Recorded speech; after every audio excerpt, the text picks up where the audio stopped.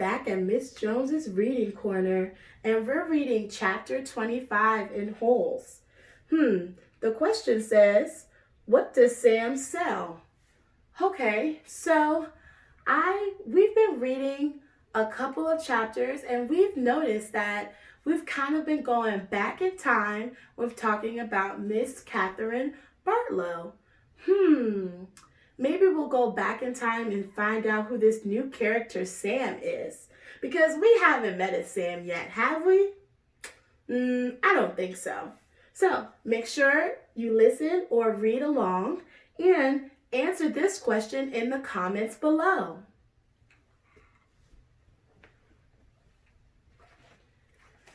Chapter 25. There was a doctor in the town of Green Lake 110 years ago. His name was Dr. Hawthorne, and when everyone got sick, they would go see Doc Hawthorne, but they would also see Sam, the onion man. "Onions, sweet, fresh onions," Sam would call as he and his donkey Mary Lou walked up and down the dirt roads of Green Lake. Mary Lou pulled a cart full of onions. Sam's onion field was somewhere on the other side of the lake. Once or twice a week, he would row across the lake, pick a new batch to fill the cart. Sam had big, strong arms, but it would still take a day for him to row across the lake and another day for him to return. Most of the time, he would leave Mary Lou in a shed, which the walkers let him use at no charge, but sometimes he would take Mary Lou on the boat with him. Sam claimed that Mary Lou was almost 50 years old, which was and still extraordinarily old for a donkey.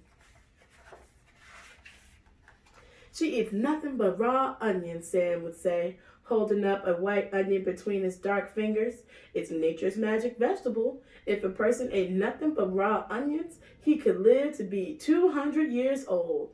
Sam was not much older than 20, so nobody was quite sure that Mary Lou was really as old as he said he was.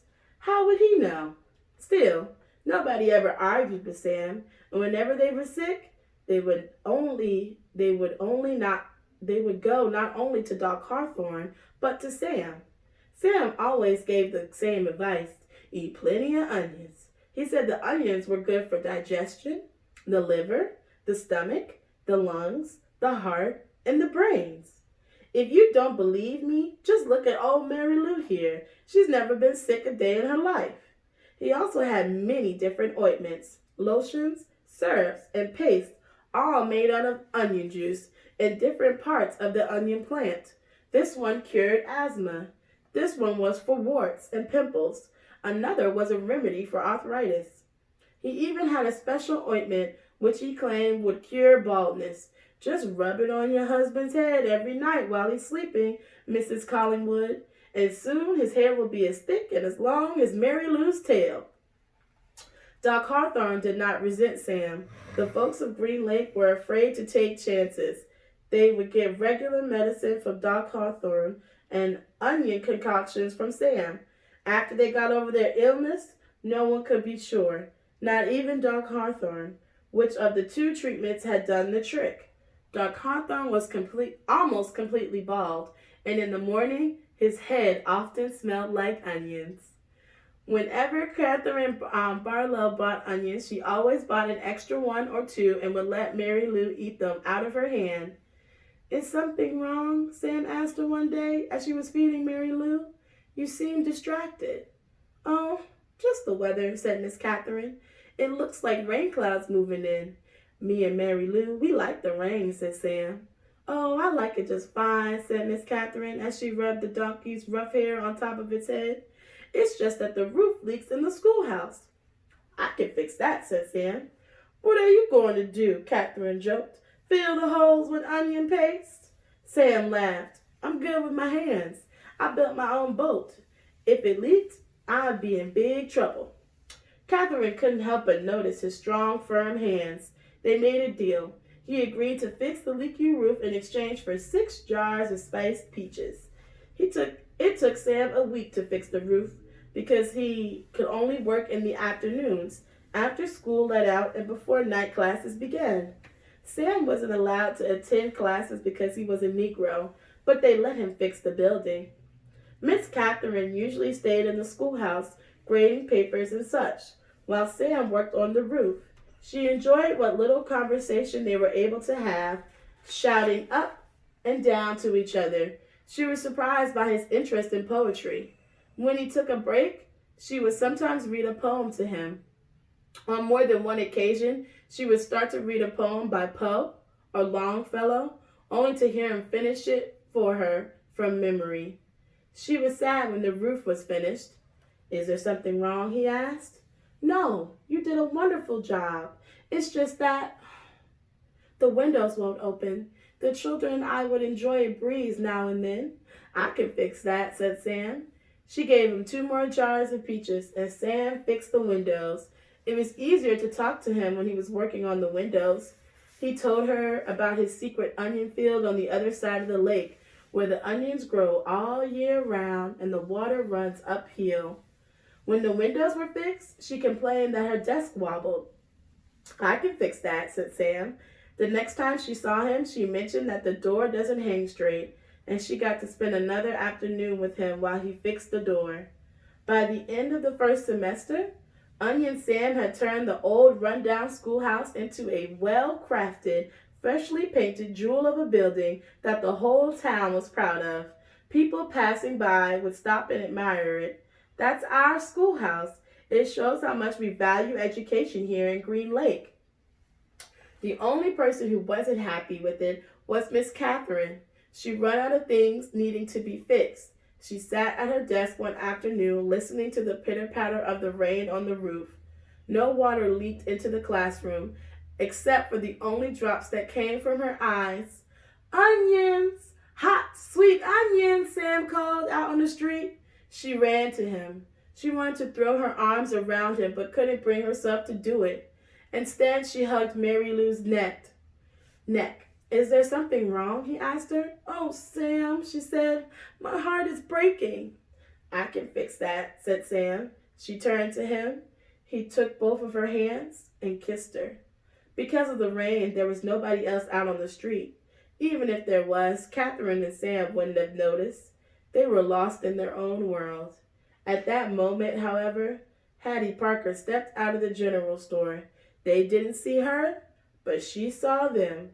She pointed her quivering finger in their direction and whispered, "God will punish you."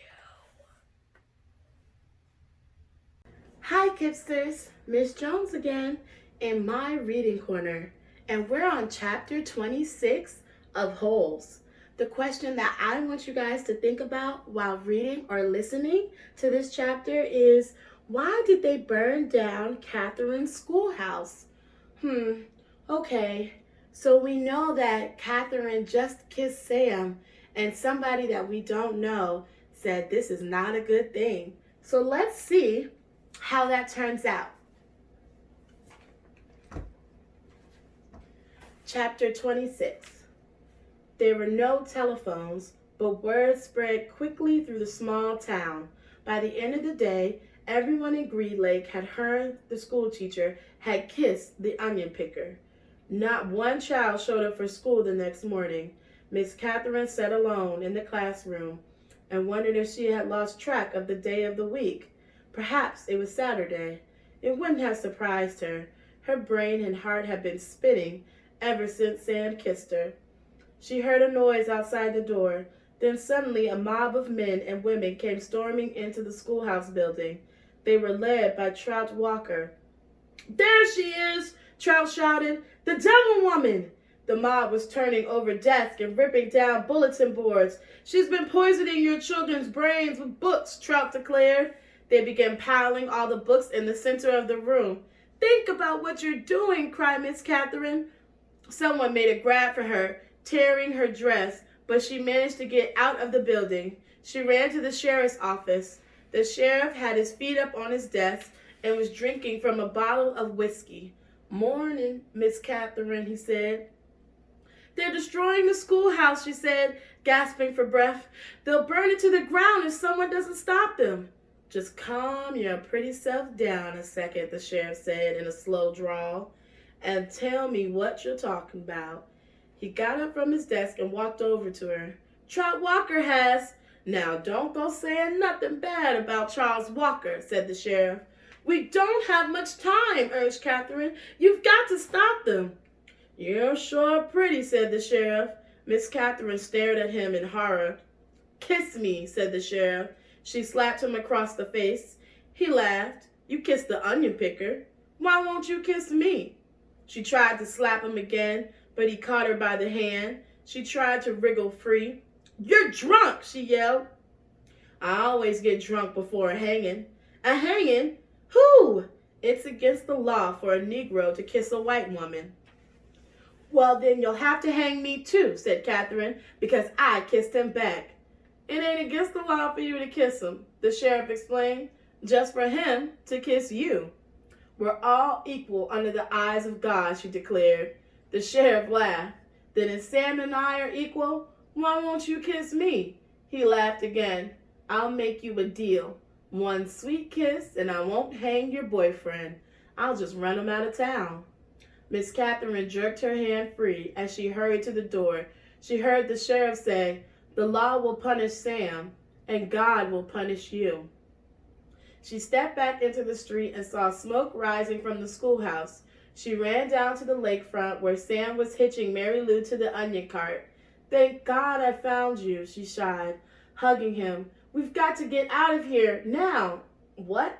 Someone must have seen us kissing yesterday, she said. They set fire to the schoolhouse. The sheriff said he's going to hang you. Sam hesitated for a moment, as if he couldn't quite believe it. He didn't want to believe it. Come on, Mary Lou. We have to leave Mary Lou behind, said Catherine. Sam stared at her. A moment, there were tears in his eyes. Okay. Sam's boat was in the water, tied to a tree by a long rope. He untied it and then waded through the water and climbed aboard. His powerful arms rowed them away from the shore, but his powerful arms were no match for Trout Tucker's motorized boat. They were little more than halfway across the lake when Miss Catherine heard the loud roar of the engine. Then she saw the ugly black smoke. These are the facts. The Walker boat smashed into Sam's boat. Sam was shot and killed in the water. Catherine Barlow was rescued against her wishes. When they returned to shore, she saw Mary Lou's body lying on the ground. The donkey had been shot in the head. That all happened 110 years ago. Since then, not one drop of rain has fallen on Camp Green Lake. You make the decision. Whom did God punish? 3 days after Sam's death, Miss Catherine shot the sheriff while he was sitting in his chair drinking a cup of coffee. Then she carefully applied a fresh coat of lipstick and gave him the kiss he had asked for. For the next 20 years, Kissing Kate Barlow was one of the most feared outlaws in all the West.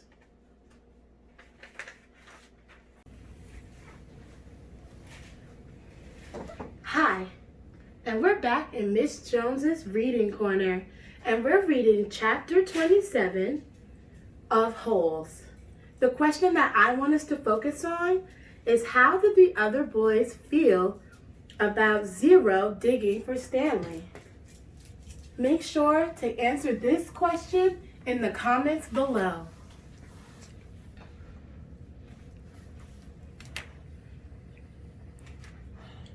Chapter 27. Stanley dug his shovel into the ground. His hole was about 3.5 feet deep in the center. He grunted as he pried up some dirt, then flung it off to the side. The sun was almost directly overhead. He glanced at his canteen, lying beside his hole. He knew it was half full, but he didn't take a drink just yet. He had to drink sparingly because he didn't know who would be driving the truck next time it came. 3 days had passed since the warden had scratched Mr. Sir. Every time Mr. Sir delivered water, he poured Stanley straight onto the ground. Fortunately, Mr. Pendanski delivered the water far more often than Mr. Sir. Mr. Pendanski was obviously aware of what Mr. Sir was doing because he always gave Stanley a little extra. He'd fill Stanley's canteen, then let Stanley take a long drink, then top it off for him. It helped, too, that Zero was digging some of Stanley's hole, although, as Stanley had expected, the other boys didn't like to see Stanley sitting around while they were working. They say things like, "Who died and made you king?" Or "It must be nice to have your own personal slave." Then he tried pointing out that he was the only one that took the blame for the sunflower seeds. The other boys said it was his fault because he was the only one who spilled them. "I risked my life for those seeds," Magnet had said, "and all I got was one lousy handful." Stanley had tried to explain that he needed to save his energy so he could teach Zero how to read, but the other boys just mocked him. "Same old story, ain't it, Armpit?" X-Ray had said. "The white boy sits around while the black boy does all the work. Ain't that right, caveman?" "No, that's not right," Stanley replied. "No, it ain't right," X-Ray agreed. "It ain't right at all." Stanley dug out another shovel full of dirt. He knew X-Ray wouldn't be talking like that if he was the one teaching Zero to read. Then X-Ray would be talking about how important it was that he got his rest, right? So he could be a better teacher, right? And that was true. He did need to save strength so he could be a better teacher, although Zero was a quick learner.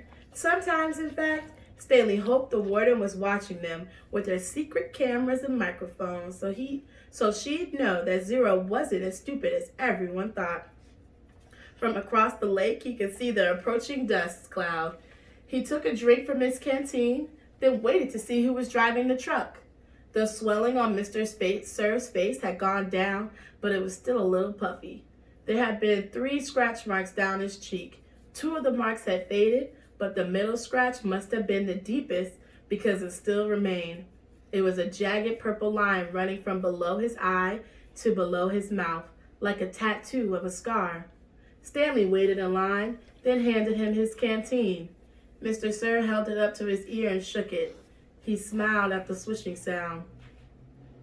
Stanley hoped he wouldn't dump it out. To his surprise, Mr. Sir held the canteen under the stream of water and filled it. "Wait here," he said, still holding Stanley's canteen. Mr. Sir walked past him and then went around the side of the truck and into the cab, where he couldn't be seen. "What's he doing in there?" asked Zero. "I wish I knew." A short story later, Mr. Sir came out of the truck and handed Stanley his canteen. It was still full. "Thank you, Mr. Sir." Mr. Sir smiled at him. "What are you waiting for?" he asked. "Drink up." He popped some sunflower seeds into his mouth, chewed, and spit out the shells.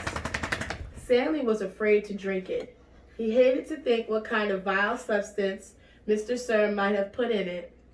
He brought the canteen back to his hole. For a long time, he sat beside his hole as he continued to dig. Then he was so thirsty that he could hardly stand it anymore. He unscrewed the cap, turned the canteen over, and poured it out onto the dirt. He was afraid that if he waited another second, he might have taken a drink. After Stanley taught Zero the final 6 letters of the alphabet, he taught him to write his name, capital Z-E-R-O. Zero wrote the letters as Stanley said them. "Zero," he said, looking at his piece of paper. His smile was too big for his face. Stanley watched him write it over and over again. 0, 0, 0, 0, 0, 0, 0. In a way, it made him sad. He couldn't help but think 100 times 0 was still nothing. "You know, that's not my real name," Zero said, as they headed to the rec room for dinner. "Well, yeah," Stanley said. "I guess I knew that." He had never really been sure. "Everyone's always called me Zero, even before I came here." "Oh, okay." "My real name is Hector." "Hector?" Stanley repeated. "Hector Zeroni."